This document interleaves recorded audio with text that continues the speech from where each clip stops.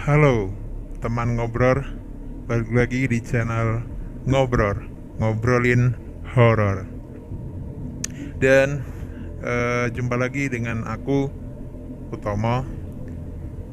Di cerita kali ini aku pengen banget cerita sama kalian tentang suatu tempat angker ya menurutku, yang dimana dulu aku sering kesana, tapi udah 1 tahun terakhir aku nggak pernah kesana. Dan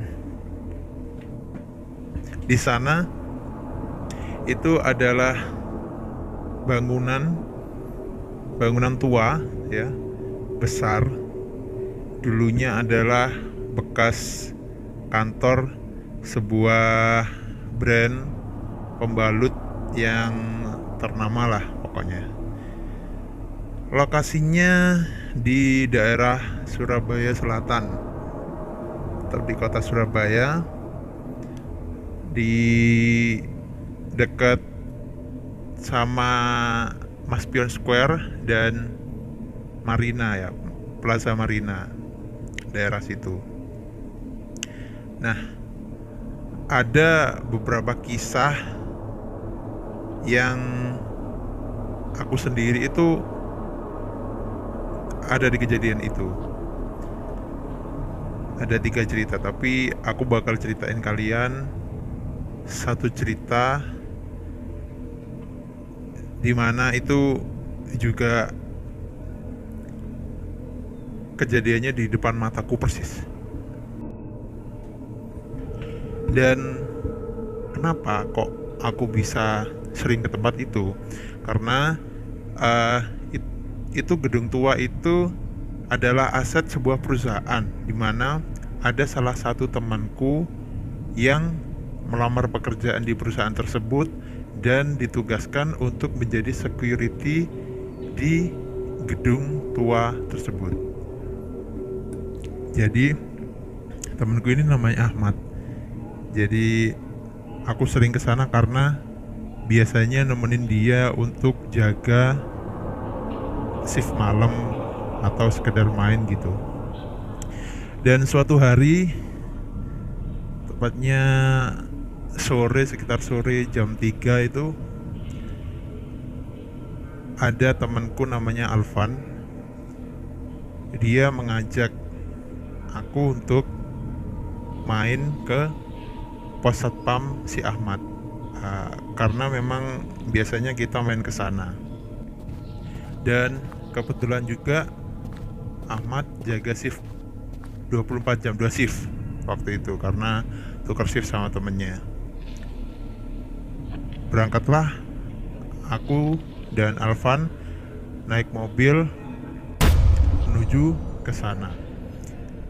Kenapa kita begitu senang lah kita sering kesana? Karena di sisi lain juga, selain tempatnya hening meskipun angker ya, tapi di pos itu Ahmad pasang wifi, jadi kita biasanya ada di sana main game atau nonton YouTube gitu, karena bebas kuota ya, mungkin karena sambil ngobrol sama teman gitu.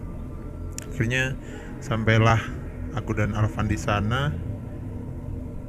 Kita berdiri di depan gerbangnya itu besar teman-teman, dan udah berkarat.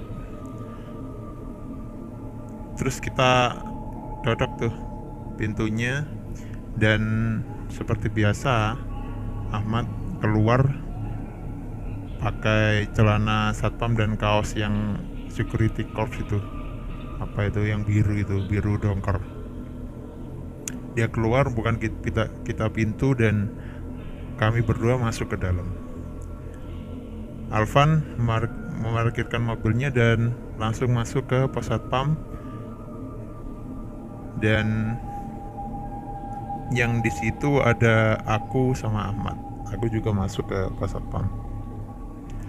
Setelah sampai, kita ngobrol-ngobrol biasa, dan posisi parkirnya mobil Alvan ini tepat di depan pintu resepsionis. Jadi gedungnya itu besar, di belakang ada gudang. Jadi di depan itu gedung tingkat 2 besar, pintunya itu kaca kayak pintu bank. Pintu kaca besar yang berat itu. Jadi kita kalau biasanya masuk bank kan biasanya dibukakan sama security, pintunya itu kaca berat gitu. Persis. Dan itu lebih lebar sih menurutku. Lebar lah pokoknya. Dan di belakang itu ada gudang, dan di belakang gudang itu ada makam Islam lah di daerah situ. Lalu seperti biasa aku ngobrol sama Ahmad dan Alvan. Kita ngobrol biasa, sampailah waktu itu hingga menjelang maghrib. Hari udah mulai petang.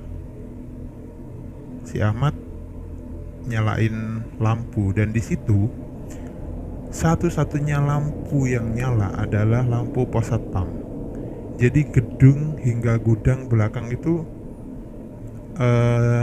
nggak ada penerangan sama sekali, gelap, bener-bener gelap, dan hanya di pos satpam aja yang nyala.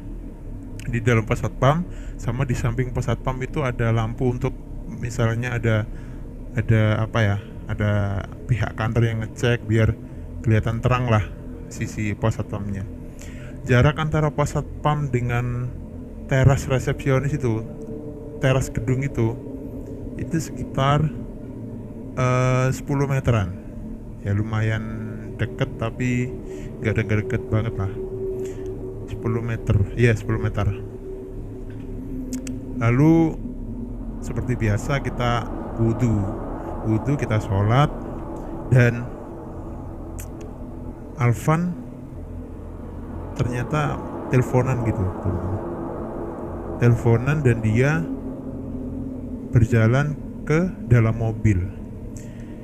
Di belakang mobil Alvan itu ada pohon yang besar banget. Jadi tempat itu udah gelap, ada pohon besar, creepy lah pokoknya. Mungkin kawan-kawan aku bisa ngasih tahu kalian gimana bentuk gedungnya. Dan tiba-tiba waktu itu langit mendung dan hujan tepat setelah azan maghrib. Jadi tiba-tiba hujan deras gitu, dan Alvan di dalam mobil, pintunya ditutup, kacanya ditutup, dia teleponan. Sedangkan aku sama Ahmad itu masih berada dalam pos. Dan tiba-tiba anginnya tuh kenceng banget. Gak tahu itu, pokoknya tiba-tiba hujan deras, terus anginnya juga kenceng. Setelah angin kenceng itu, pintu di resepsionis itu buka sendiri, dua-duanya, blak, nutup lagi. Dan di situ aku teriak sama Opan karena posisi mobil Opan itu tepat di depan teras pintu masuk itu, pintu masuk gedung, yang dimana pintunya itu yang kebuka-buka sendiri. Dan Alvan nggak menyadari itu. Jadi aku sama Ahmad teriak-teriak, Van kesini Van. Wah, teriaknya kenceng banget karena emang waktu itu bener-bener nggak nyangka tiba-tiba maghrib hujan deras, tiba-tiba juga angin kenceng, dan pintu berat, pintu kaca itu tiba-tiba kebuka sendiri. Dan FYI, gedung itu sudah mungkin sekitar 10 tahun lebih lah, 10 tahun sampai 12 tahunan itu mangkrak gedungnya, gak dipakai. Dan jarang banget, hampir gak ada lah orang yang masuk situ. Dan pintunya itu ngebuka, terus ketutup, kebuka lagi, ketutup lagi, gitu sampai 4-5 kali lah.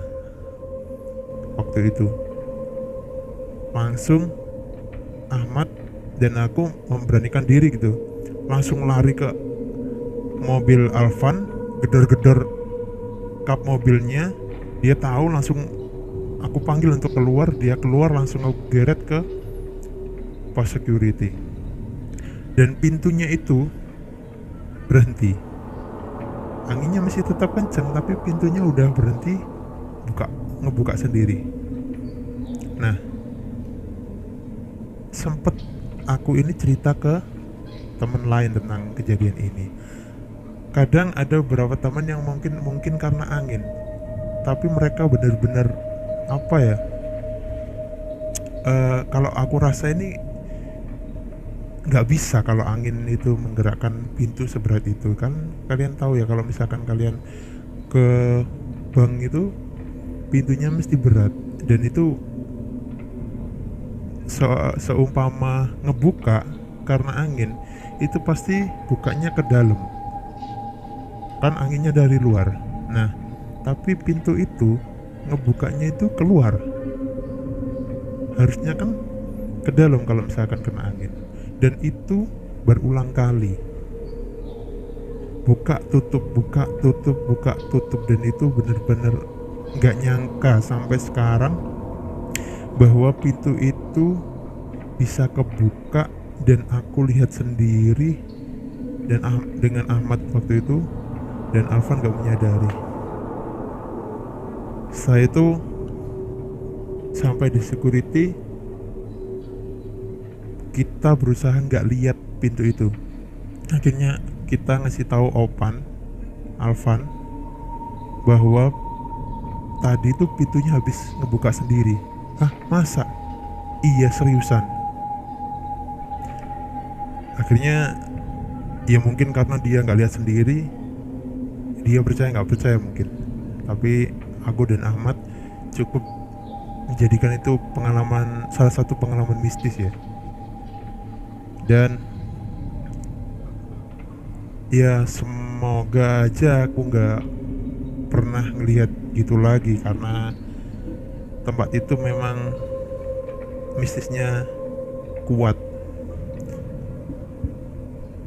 Dimana aku sendiri itu mengalami kejadian mistis itu, cerita itu tadi, dan satu cerita lain. Nah, apalagi si Ahmad ini sering banget ngalami kejadian di situ. Tapi mungkin untuk kali ini aku berbagi cerita sama kalian tentang satu cerita itu tadi dulu. Semoga kalian dapat mengambil hikmahnya untuk senantiasa berdoa di tempat-tempat yang mungkin jarang ditempati, atau dimanapun kalian berada, kalian harus selalu ingat untuk berdoa, karena kehidupan ini tidak hanya dihuni oleh kita saja. Jadi terima kasih telah mendengarkan ceritaku, dan sampai bertemu lagi di cerita-cerita selanjutnya.